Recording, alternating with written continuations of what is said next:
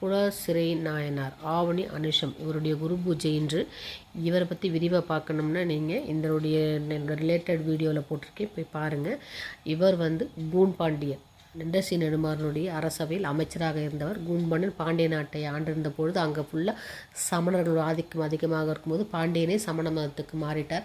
அப்போது அவருடைய துணைவியார் கூன்பாண்டியனுடைய துணைவியார் மங்கையர்க்கரசி, அவருடைய அமைச்சருமான குலச்சிர நாயனார் இருவரும் சேர்ந்து தான் என்ன பண்ணாங்க, திருஞான சம்பந்தரை போய் கூட்டிகிட்டு இங்கே பாண்டிய நாட்டில் சைவம் தழைக்க செய்தார்கள். அதனால் ஆணினுடைய வெற்றிக்கு பின்னாடி ஒரு பெண் இருப்பாங்க அப்படின்னு சொல்லுவாங்க. இங்கே நம்ம எடுத்துக்கும் பொழுது என்ன பண்ணால், ஒரு பெண்ணுக்கு பின்னாடி ஒரு ஆண் இருந்தாங்கன்னா அது மங்கையர்க்கரசிக்கு பின்பக்கம் பக்கபலகமாக இருந்து குலசிறை நாயனார் என்ன பண்ணார், சைவம் தழைக்க அடும்பாடுபட்டார். ரொம்ப அருமையான இவருடைய வரலாறு. பாண்டிய நாட்டில் மீண்டும் சைவம் தழைத்ததென்றால் அதற்கு முக்கிய காரணம் குலசிறை நாயனார். அவருடைய